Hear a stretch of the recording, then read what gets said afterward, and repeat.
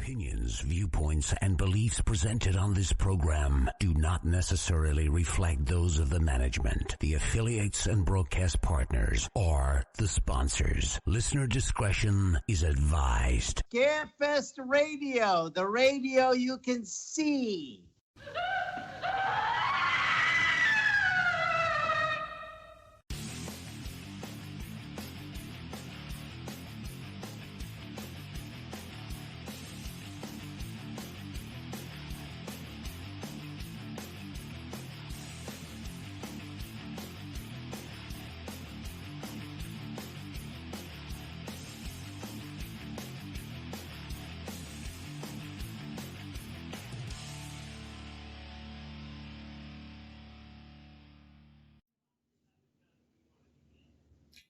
And hello, everyone, and welcome to Scarefest Television. I'm your host, Wes Forsyth.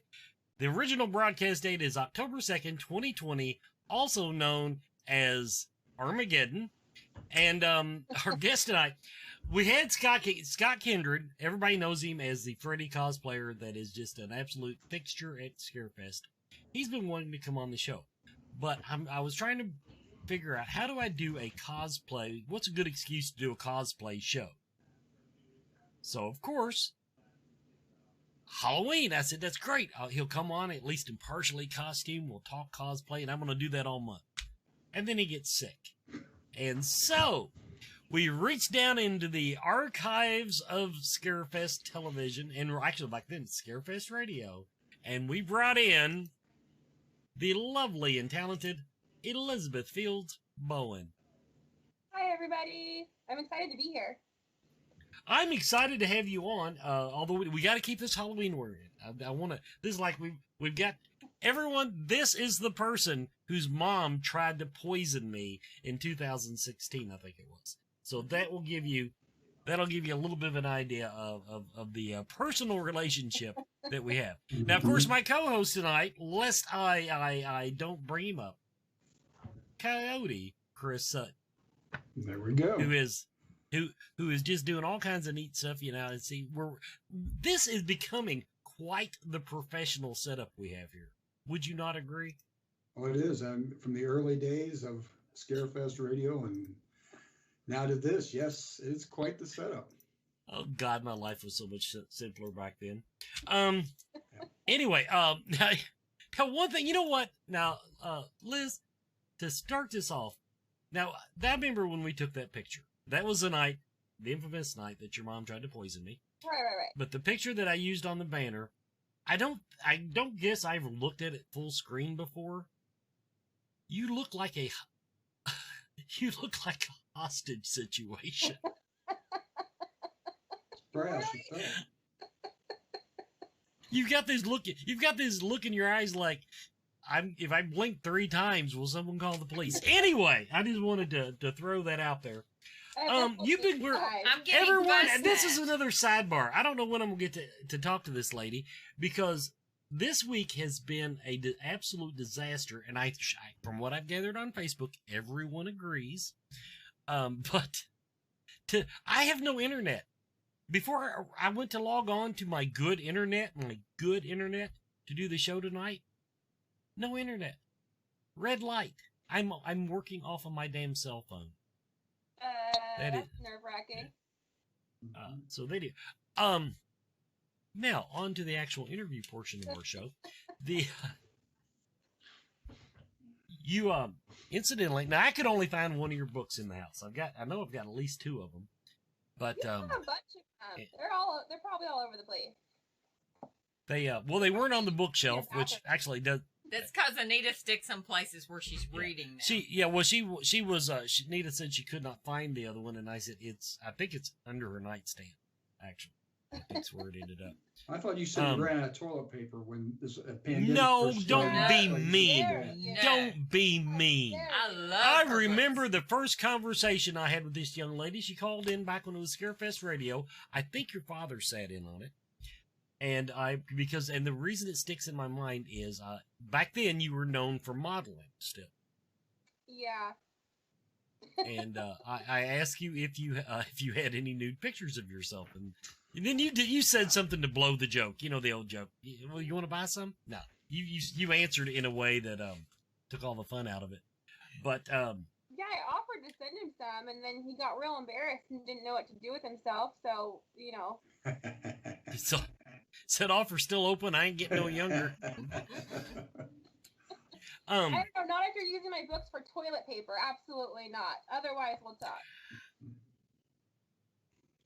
Digital photos make really bad toilet paper. Now we've gone off the rails. That's. Anyhow, I was going to ask you about where are we at in the whole publishing versus getting movies made? There's so much going on. It's really exciting. First bit of news is the day that the world fell apart, Friday the 13th in March, I released my second children's horror book, Welcome to Hadley, and that was really exciting. And I would actually show it to you, but great news, I sold out of all of the ones I had on hand this week, and they're all in the mail, so I'm getting more in. If you want a signed copy, please go to shop.elizabethfields.net. And if you're a Kindle reader, you can get them on Amazon. But that one's suitable for 8 and up, and I'm really excited to scare the children. It's my favorite part of this job.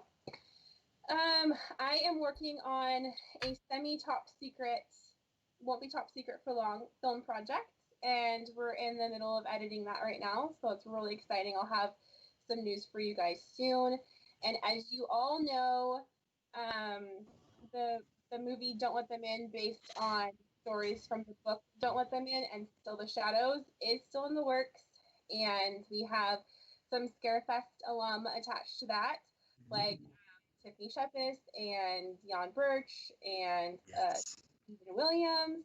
So that's really, really exciting, and that still is, we're still cooking on that one, so stay tuned. What stage of cooking?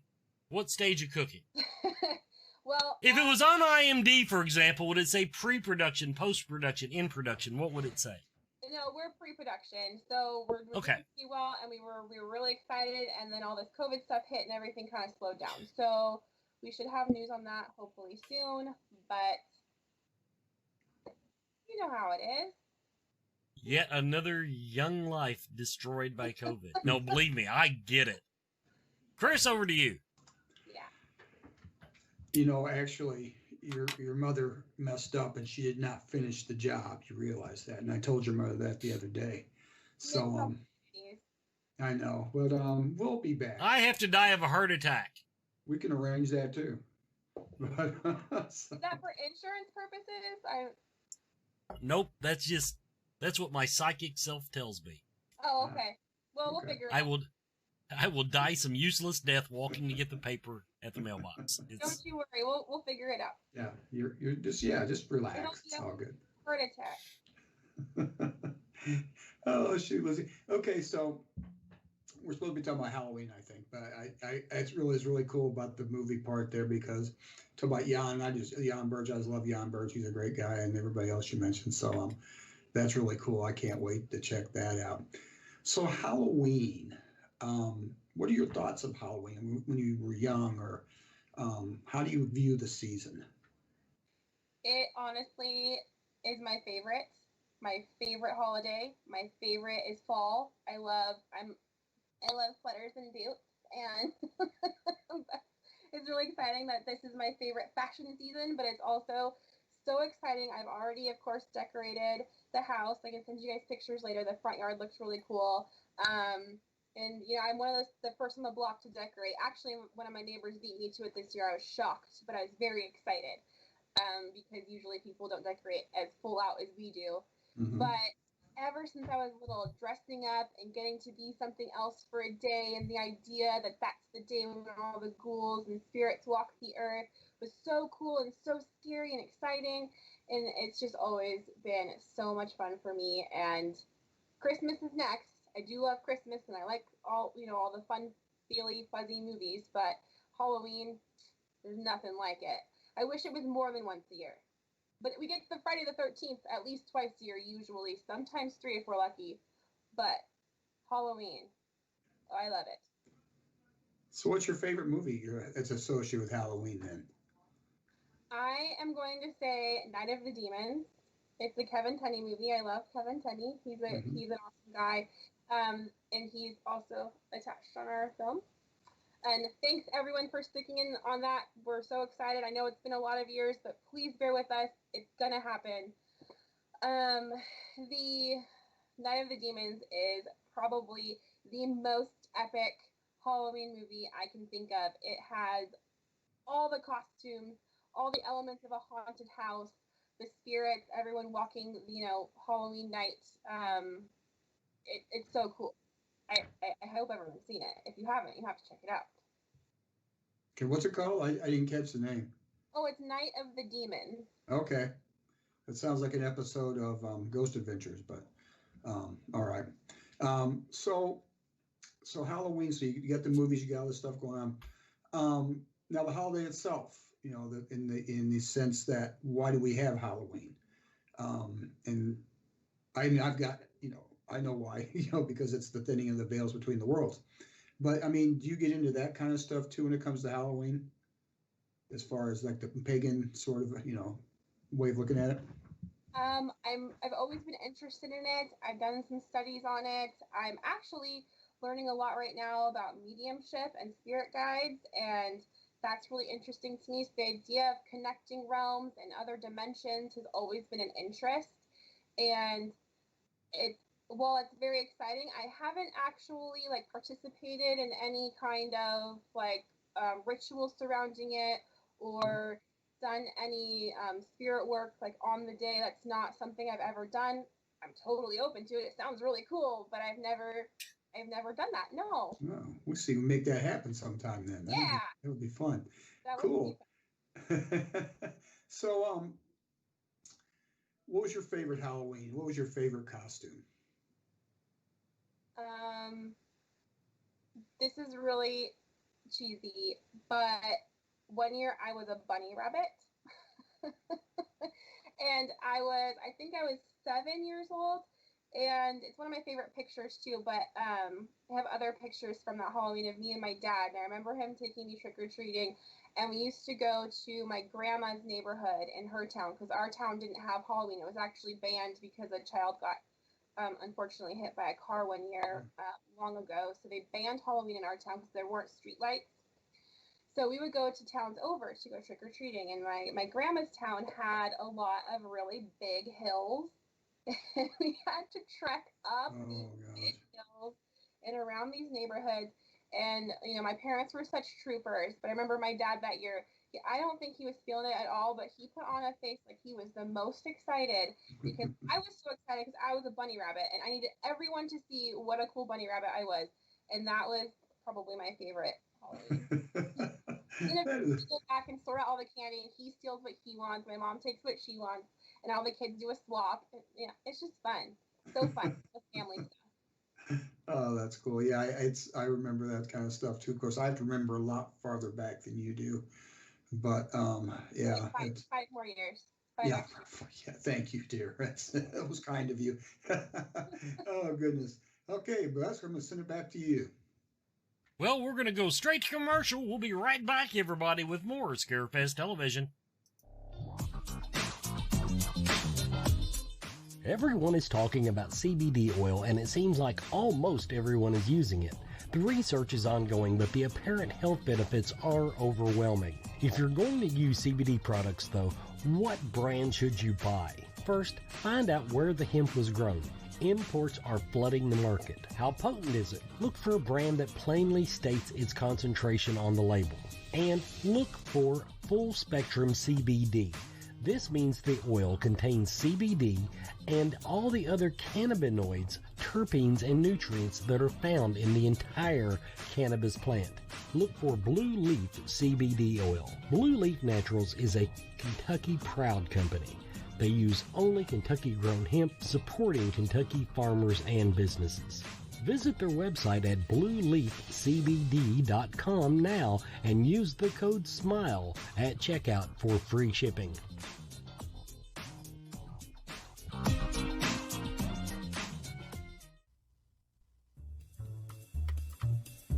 Hey, this is Joe Lewis of Bonehead Weekly. This is going to be a little different The reason being is because this show's been out for a few years. I just got to finish the second season. What I want to recommend this week is Mindhunter. I'm sure a lot of you have seen it because a lot of you are obsessed with serial killers. I know I get at least a few requests to make my top 5 or 10 serial killers. Well, I don't have a favorite serial killer. I just, whatever morals that is, I just don't want to talk about them that much. However, I'm with you. I find the whole process fascinating. I do find the mentality and chasing them down fascinating. It's great drama. Mindhunter, that's what it's about. It's based on the books by John Douglas. Now, if you don't know who that is, he's one of the original FBI profilers. And he wrote several books later on. He really did go across the country interviewing serial killers. I actually had the pleasure to listen and meet John Douglas at Morehead State University sometime in the late 90s, early 2000s. I haven't looked it up when he came to talk. He actually was defending Joan Benet Ramsey's family, saying, no, he didn't think they did it. Thomas Harris used him as the basis for a lot of what he did in Silence of the Lambs, Red Dragon. Fascinating guy. This show, the characters are created. They're loosely based on, but they're bullshit characters. However, I mean bullshit in the sense of they're made up. They're not based on real people. However, the crimes are all real. That's actually how it happened. The second season deals almost entirely with the Atlanta child murder. And that all happened, unfortunately.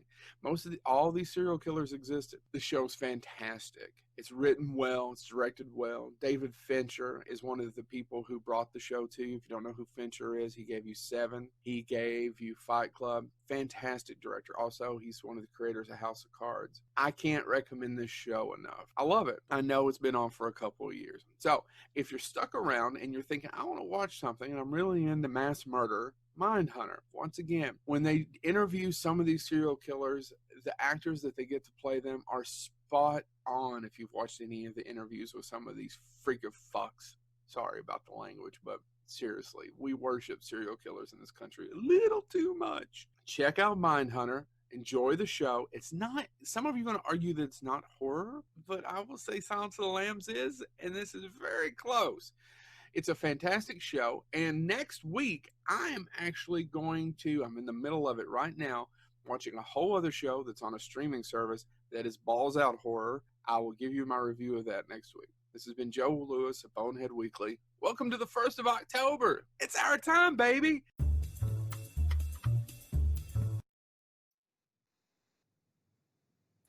And welcome back to Scarefest Television. Our guest tonight is Elizabeth Fields. I'm going to do a little promoting here.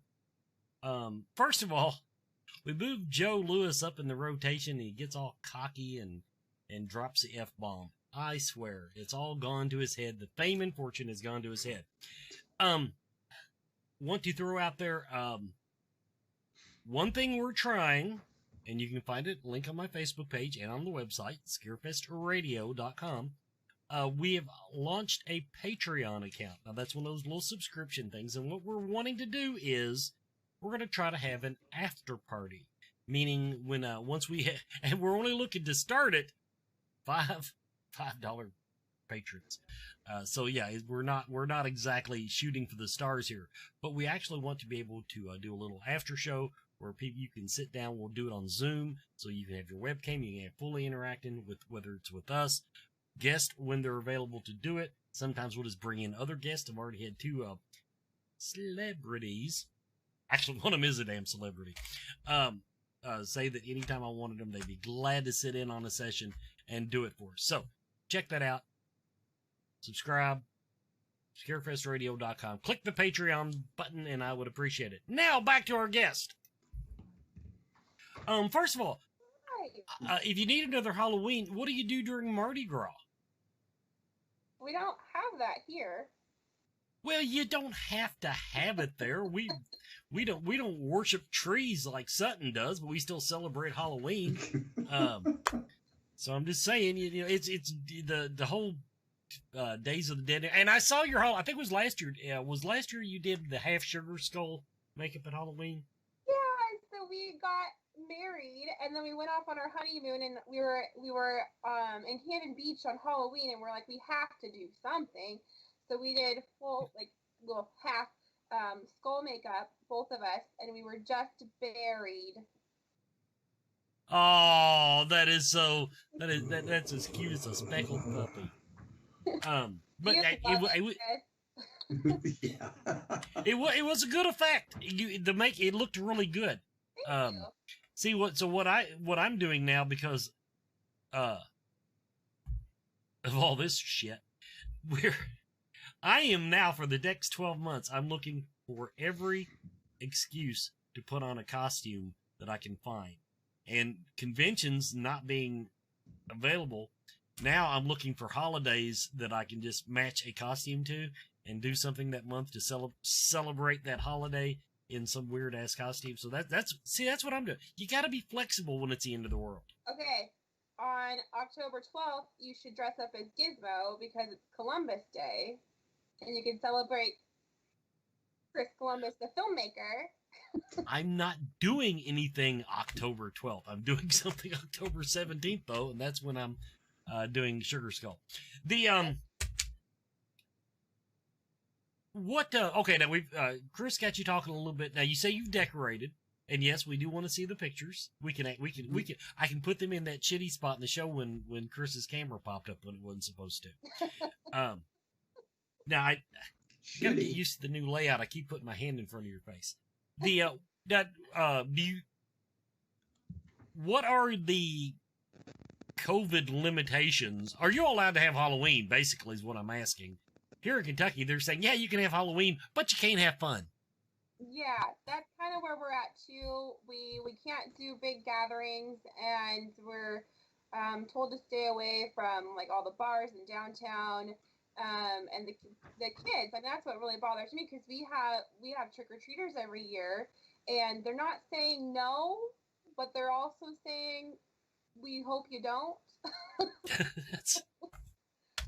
So I don't know. It's just to kind of go off of what our neighborhood is feeling like, and we've kind of talked about doing bags, like trick or treat bags for the kids, so that no one's hands are going into the bowls. When we're trying to be as safe as possible, we still want to do something for the kids around here. So we'll try to figure out a safe way to do it. If anyone has suggestions, please let me know, because we still want to do Halloween. Yeah, we were talking last week on this show, me and Chad. See, I'm out here in the boondocks, so we only get a couple of trick-or-treaters. Usually 2 a year. Same damn 2. They like us. We have the good candy. But Halloween, from an early age, has always been one of my favorite holidays. As a matter of fact, I have decorated more times in my life for Halloween than I have Christmas. As far as the yard and all that stuff. Yeah, we'll put up a tree, but, it is what it is. But this year, knowing that I'm not going to be able to go to a big party and make an ass of myself, it feels wrong. And I'm not saying anti-COVID, this is bullshit conspiracy theory. I'm just saying it feels wrong. And I think that the other thing that weighs on people. Now, how did you handle the concentration camps? How did you handle the lockdown? Surprisingly well. My husband and I got really lucky that we could do what we do from home. He's been working remote. What we had to do, because we used to share an office space, because we weren't usually using it together. Well, that changed.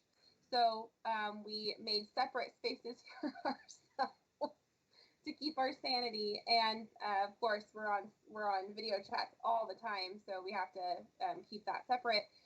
So the secret to our success at home has been equal parts spending time still very much away from each other, and then spending quality time intentionally together.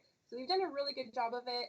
Of course, we have a lot of worries about our family and keeping them safe and healthy, so we try to take precautions. We're wearing masks everywhere we go, washing our hands all the time, doing all the things that they say that we're supposed to do to help keep this virus at bay. And I think really it's more like it's made us realize all the things that we did before that were kind of risky anyway, like during flu season. I mean, when are there never not germs, right? They're everywhere. It could be anything anywhere. So, we just need to be more conscious, I think, moving forward of healthy choices and making sure we're taking care of ourselves and washing our hands, people. I don't think it's that. Every 20 seconds, just like the governor told me. Yeah. If you don't have skin anymore, you're doing it right. Chris, over to you. You know, one of the costumes he got, he even shared this on Facebook. It's an Easter bunny costume for Easter. Now, with a hook. Yeah. Don't forget, it's going to have a hook. Just where you want to take your child to go see. Yes, with a bunny with a hook. That's not terrifying at all. No. Well, let's segue. Let's use that as a segue. What's the scariest Halloween thing you've ever seen besides a funky looking Kentucky rabbit with a hook? The scariest Halloween. So we used to go to this really silly haunted house when we were in junior high, and I love haunted houses. I think they are so fun. And that didn't scare me at all. My friends would get terrified. I had a friend like throw up in the middle of it because she was so scared. But we went. That's when it started. I've been to so many haunted houses. Not scary. I went to London. We're at I'm gonna mispronounce this. Madame Trousseau's Wax Museum. They have a haunted house there. The performers are allowed to touch you and get in your face. There are warnings before you go in there, like, if you're this, or this, please do not come in here. Go through the exit. We're not joking. You have to leave this space. We're like, oh, that's ridiculous. We go in. It is the scariest thing I've ever been in my entire life. It was so they literally will come up to you into your face. You can smell their breath on you, and they will say like the most horrific, disgusting things to your face. It was awesome. It was an experience. Now, what were they dressed up like? I mean, were they like the wax figures, or? They were all different. They had different rooms. There was like movie monsters, and some of it was fake, some of it was wax, and then you couldn't tell from the wax and the performers, and then the performers really scared the crap out of you. Mm-hmm. But the scariest part was there was an insane asylum. And going through that with the patients, oh my gosh, it was so cool. I will never forget it. And this was like how old am I? This was like, I can't even tell, 16 years ago. It was still my favorite thing. It's so vivid. It was so cool. My friend was like crying because she was so scared. And let me tell you, it actually scared me too. So. Did you admit it at the time, or did you say, nah, I'm cool? Oh, no, I didn't pretend. There was no pretending. You couldn't fake it. That's like me. That's like me on a roller coaster. Yeah, I hate those things. And I used to take the kids on them. I knew I looked like I was just freaking terrified the whole time. But yeah, that's always fun. So you're very creative. You're an artist. You're a writer. Now, how does this horror or fear stuff play into your creative talent or your inspiration? I love that question. I always tell people to write what you know and to write what scares you and to write it as if your life depends on it. Like I'm a person who has very vivid dreams and nightmares. And so if I have like a really cool nightmare, if that scares the crap out of me, I wake up with the adrenaline spiked and I can't believe that just happened. I'm shook. I write that down and I will use that later on in my stuff.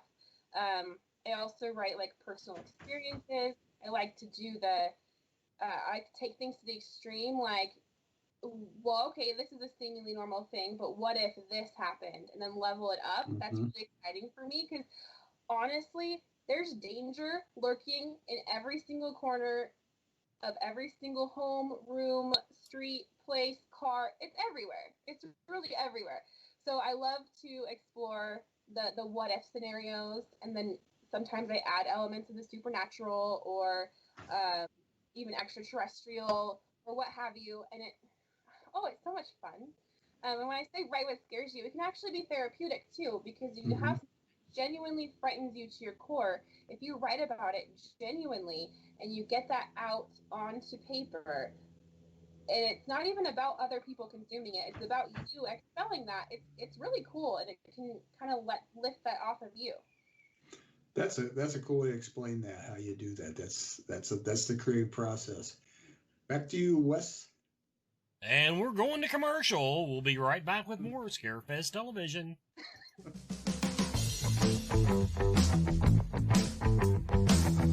Spirit Mechanics is here to help. Their background includes many different specialties across the metaphysical spectrum, including alchemy, shamanism, Celtic witchcraft, angelic magic, astral travel, and more. With over 30 years combined experience in the group, you can be confident in their ability to help. If there is a question you have that you cannot answer, they will do their best to assist you. Metaphysics can be intimidating, confusing, and unfortunately, abused. Spirit Mechanics takes pride in being selfless in the pursuit of helping others, being humble and honest with their clients about their questions, and lastly, maintaining a professional and personable atmosphere. They want you to feel as you are coming to a close friend, and they will do everything in their power to make you comfortable and safe.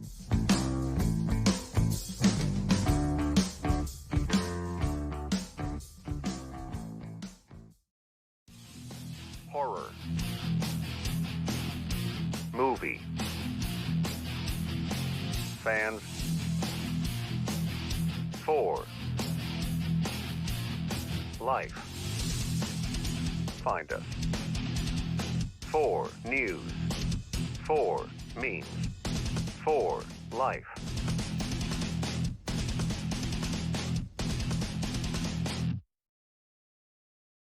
Wicked World presents Wicked Words with Sarah.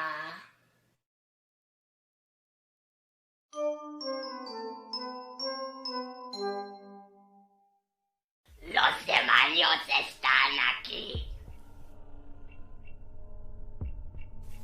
Didámosle sin día. Coldunis des. Hic autem et malefici.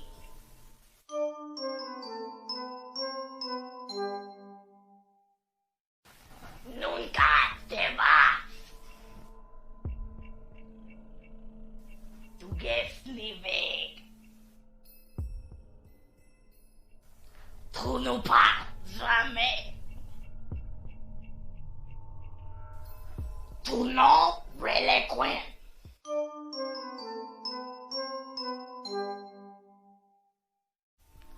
Bendito si tu corazón. Signen sie her earth. Benisse votre cœur. Benedicat cartoon. Well, kiddos, study time's over.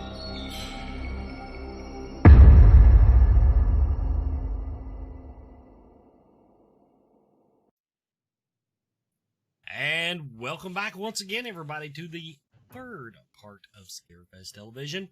Our guest tonight is Liz Fields. I'm going to get familiar now and call you Liz. I even called you Elizabeth after we met and got drunk together. Yeah, that's weird. Did he get drunk, or is this weird? Oh no, not that he got drunk. I mean, we're used to that. No, that I use her proper name. Anyway, now I think Chris kind of asked you this. I want to ask this in a different way. You write about scary stuff in Ghost. Do you believe in Ghost per se? 1000% I do. Now, because of the way you answered that, have you had an experience do you have a ghost story for us? Do I? I have so many, but my mom's watching, and I think she'll appreciate this one, and she tells her side of it better than I will, but I'll try. So this is really cool. When I was a model, I got booked to do a hair show, and it was in Long Beach, California. And we decided it'd be really cool. My mom was like, we should stay on the Queen Mary. And yeah, we should. How fun. My grandma actually came over on it. And so we thought that's such fun history. And we get there, and they're like, well, we only have the old staterooms available. Is that okay? And she's like, sure. And they're like, are you sure? Because people say that they're haunted and blah, blah, blah. My mom's like, oh, it'll be fine. And we're like, yeah, but ghosts, that's hilarious. So we go spend the night in this room, and my mom goes back to the car to get some stuff, and I'm sitting on this bed just hanging out, and I hear a knock on the door, and I'm like, she forgot her key. So I get up and I open the door, and there's nobody there. And I'm like, okay, well, that's weird. So I go sit down again, and then there's a knock. And then I hear a giggle, and it sounds like a little kid. And I'm like, okay, kiddo, let's see what you're playing. So I get up, and I swing open the door. I'm really excited to scare the crap out of this little kid. There's nobody there. And I go out, and I look down the hall this way, and I don't see any corridors. There's nowhere for this child to hide. I look down the hall this way, and these are long hallways.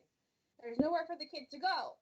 I'm like, this is odd, but she has to be ducking in back to her room or something. So I close the door and I wait at the door for this child to do it again. And the child knocks on the door, and as she's like giggling, I swing it open, and there's nobody there. And I was like, that's weird. So then my mom comes back, and I'm like, Mom, this weird thing happened. She's like, oh, it's probably just some kid. And we're like, yeah, she must just be really freaking fast.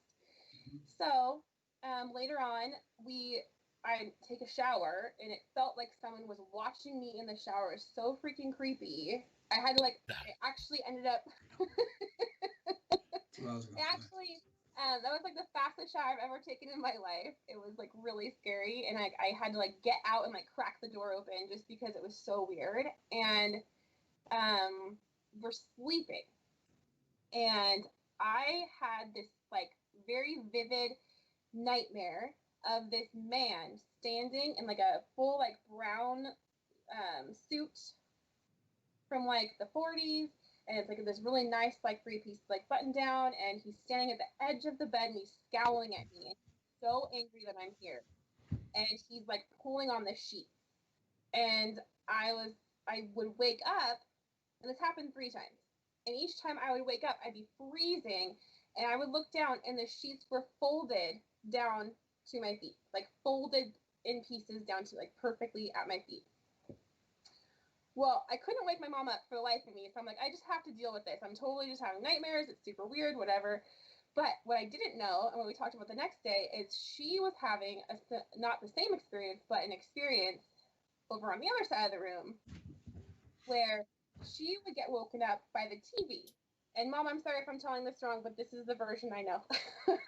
So she would get woken up by the TV, and she would hear a little girl giggling and saying things like, it wasn't me, I didn't do it, and laughing like a little prankster.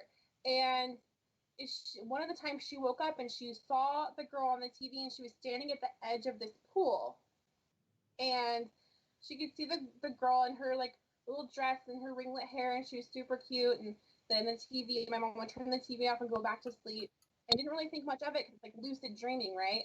But when we're talking about the next day, we're like, whoa, maybe we shouldn't stay there ever again. But come to find out, that's why you stay there. Yeah. And lots of people pay lots of money to stay there for that reason. They go on ghost tours and do all kinds of cool stuff there. But come to find out, there was a little girl of the same description who actually died in the pool on this boat on one of the journeys. How scary. Poor girl, but you know, she's still playing pranks and having a good time.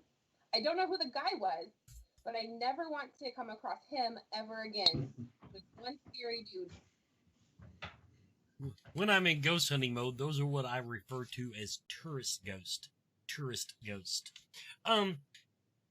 Now I'm just recycling Chris's questions this segment.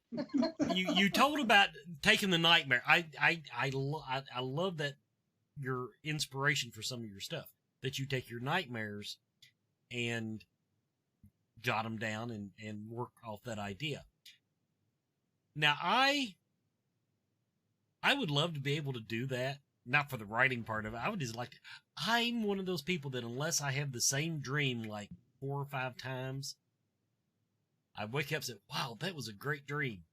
And by the time my feet hit the floor, the dream is erased from memory completely.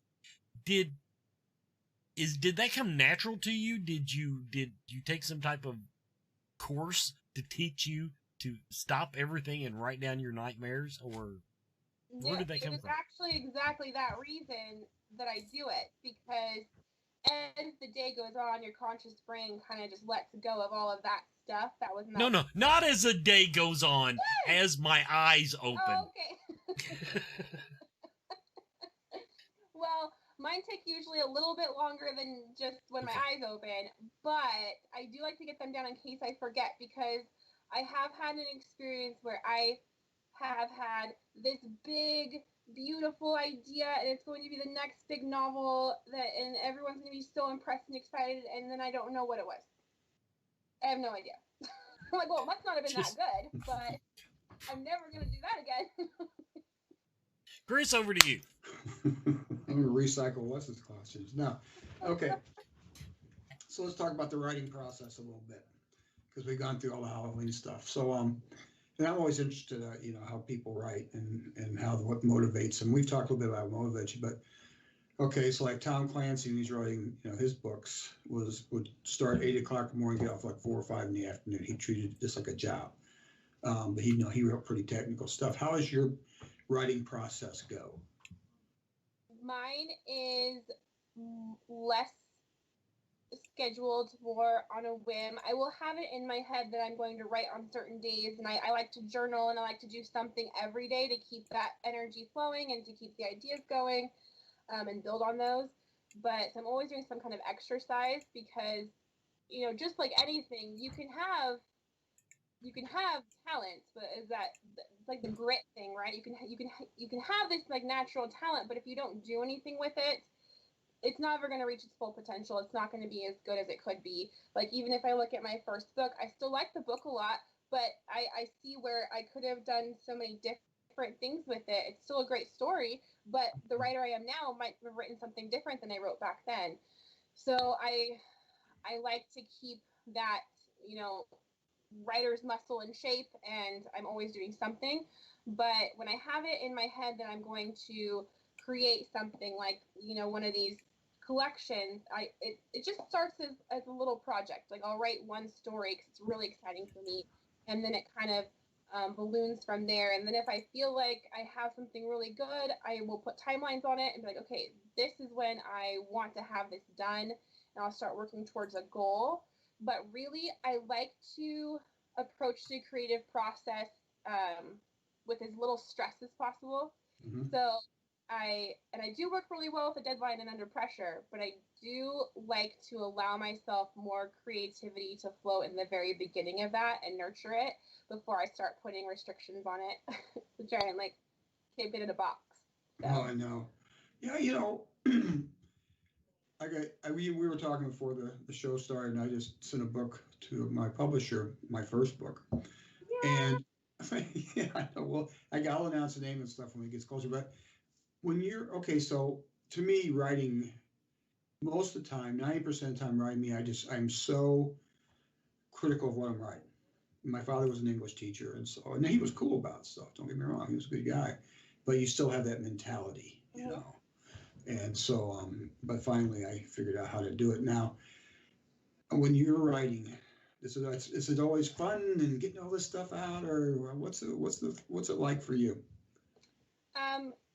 I would say it's like 85% fun and 15% being really hard on myself and critiquing myself and forcing myself sometimes to rewrite things that I love in the first place just because they're not working. And really, that's the part that is hard, is the editing part for yourself, is trying to figure out, and especially too, if you write something that you thought was really going to go somewhere great and it doesn't, is having enough courage to be able to say and let go of the ego and say, this wasn't good, and it's not going to work out how I planned. It's not even going to work on paper. Like, this isn't, I just got to scrap it, or I have to tune it and go a different direction. Mm-hmm. So that's why I say I like to let the creative part go first, because I used to write with an outline, and I realized I can't work well that way, because what I really like to do is let my characters make decisions. And I can't do that if I already have a vision for them. I can't do that if I already have an ending. So I might have an idea of where something's going, but if I let them make choices and have a life of their own and let them do the things that they want to do and they would naturally do as per that character and their, what their natural instincts are, then it might turn out completely different. And if it's good, great. And if it's not, then I have to, make hard choices. But I like to say my characters aren't creepy. I mean, I'm not creepy, my characters are, because I really do let them do stuff on their own. So. That's cool. That's that's not a good way to do it to me. Let your characters do the talking and the walking, and you just go along for the ride. Pretty much. I'm just the passenger. Yep. There you go.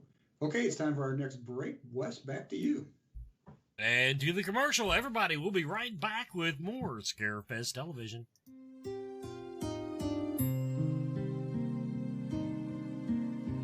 Mama Ruby offers fun vendor-based events that focus primarily on the metaphysical and spiritual aspects of our lives. Well, 2020 didn't go as planned, to say the least. Since Mama Ruby's can't bring the vendors to you in person, they still encourage you to support them online.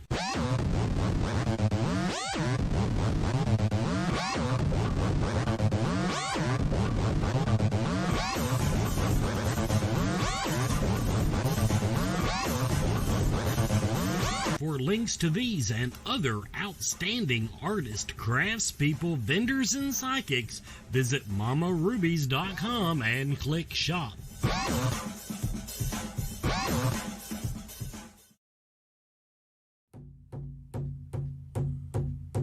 When the drum beats, we hear the call of spirit. Join Coyote Chris Sutton and Charla Hardin as they discuss the different spiritual paths with those who walk them. Monthly on ScarefestRadio.com. Watch the Scarefest Facebook page for updates.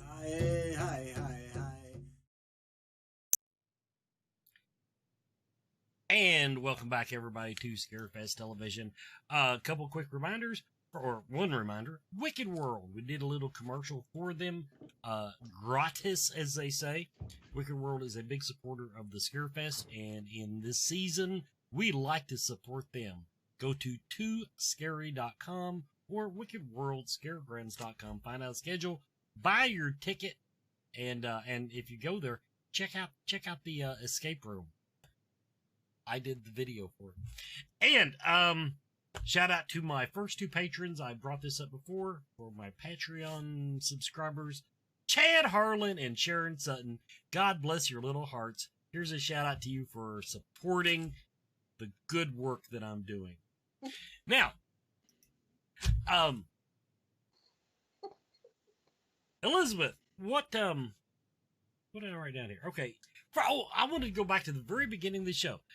You mentioned when you were talking to Chris about looking into spirit guides and mediumship and all that.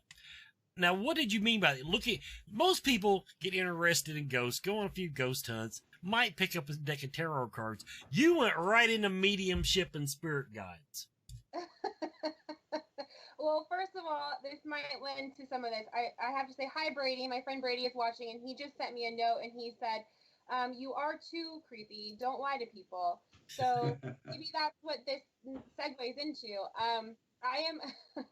I was very curious about it because we have so many friends like Chris here and like Ken and people that can really connect with other dimensions and have all these wonderful spiritual experiences and can do so many cool things in different realms. And I love that. And I was curious because I have had some experiences myself, but I was wondering what it takes to be someone like that. And I know that there are certain natural inclinations that people have, and I really just wanted to study it, not for me to do anything with it, but just to know about it. So I started a course, like honestly, in mediumship, just so I could check it out and see what it's like and what it all means and how it works and like how meditation ties into it. And it's just so exciting and interesting. It's a really cool thing. So I just wanted to know. I was just curious. And let me guess, the first thing the medium's course told you was meditate. No, it didn't. No, it wasn't. No, it wasn't the first thing. I mean, it talks about it, but it wasn't the very first thing. That's every time I ask a medium for help, it's like meditate, and I'm like, you might as well tell me to tie my shoes with my toes. I just I'm one of those people. My brain is just too scattered. I have to really buckle down. Now, following up on that to get a better understanding, though. Now, have you started meditating? Have you tried any of the little tricks of the trade that they told you? I haven't tried any tricks like connecting with my own spirit guide and finding out who that is and having like that person or people. I haven't done any of that. I have meditated in the past, and I've started doing it again recently just for my own sanity and to feel sort of spiritually cleansed, if you will, because, you know, it's a weird time that we're in, and we all need some kind of calm. But Understatement of 2020 right there. But no, I haven't actually done it. Like I said, I was just curious about how it works and what it means, and not necessarily how it pertains to me personally, just how people do it. So that's all. I just wanted to Well, for the record, except for leaving out the part about ghost hunting, that's pretty much how I ended up getting into all this crap. They, I just started asking around, and everybody started saying, "You should try it," and then I did, and I'm more of a medium rare or something like that. Yeah, you stole that. You stole that from me. I stole that joke. That is not a Chris. We have established this fact. I will repeat it so that I am not accused of anything. I have not had an original thought since 1981. So there. Oh, blanket statement. You can use that for anything now. Yeah. Except the year that Elizabeth was at Scarefest, my zombie guide. I think that was the year we did my zombie guide my guide to the zombie apocalypse. That's the name of it, and I thought I did just an absolute bang up job. Which was just exciting because I wanted to go to that, but ours were at the same time. So what can you do? At least you got Wes. I'm usually up against Amy Allen, or somebody like that. Dang it. Well, you know, you got a copy of the book, didn't you? Just read the damn thing. That's all I did. Everybody else prepared. I just stood there and read. I did, you know. I tried not to look down all the time, but yeah, I go into my seminars and things like that woefully unprepared. He's like, don't get bit. That's number one. Yeah. Now I had a follow up to that, and she just completely made me forget it. So, Chris, over to you, and I'll try to think of it while you're talking to her. Sorry, I'm just so funny. I don't think. I think you need to take responsibility. You know, you lost that. She didn't make you do nothing.